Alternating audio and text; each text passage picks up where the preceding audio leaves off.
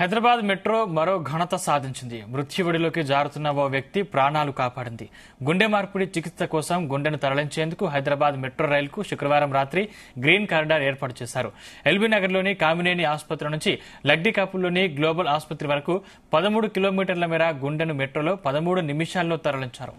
దాత నుంచి సేకరించిన గుండెను తీసుకుని రాత్రి 9:30 ఎల్బీ నగర్లో మెట్రో ఎక్కిన వైద్యులు లగ్డికాపుల్లోని ఆసుపత్రికి 9:43కి చేరుకున్నారు.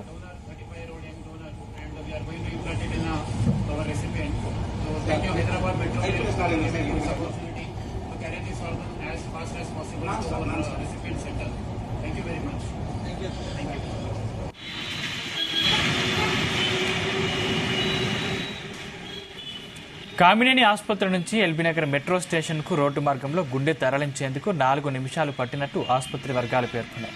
కామినేని ఆసుపత్రిలో చికిత్స పొందుతున్న మల్గ నవీన్ కు బ్రెయిన్ డెడ్ కావడంతో గుండె, ఊపిరితిత్తులు, కాలేయం, మూత్రపిండాలు సేకరించారు.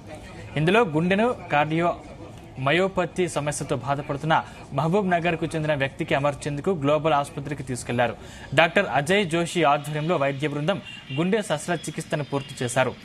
ఏర్పాటు చేసి ఔటర్ రింగ్ రోడ్డు మీదుగా ఊపిరితిత్తులను ప్రత్యేక అంబులెన్స్ లో హైటెక్ సిటీలోని యశోద ఆసుపత్రికి తరలించారు.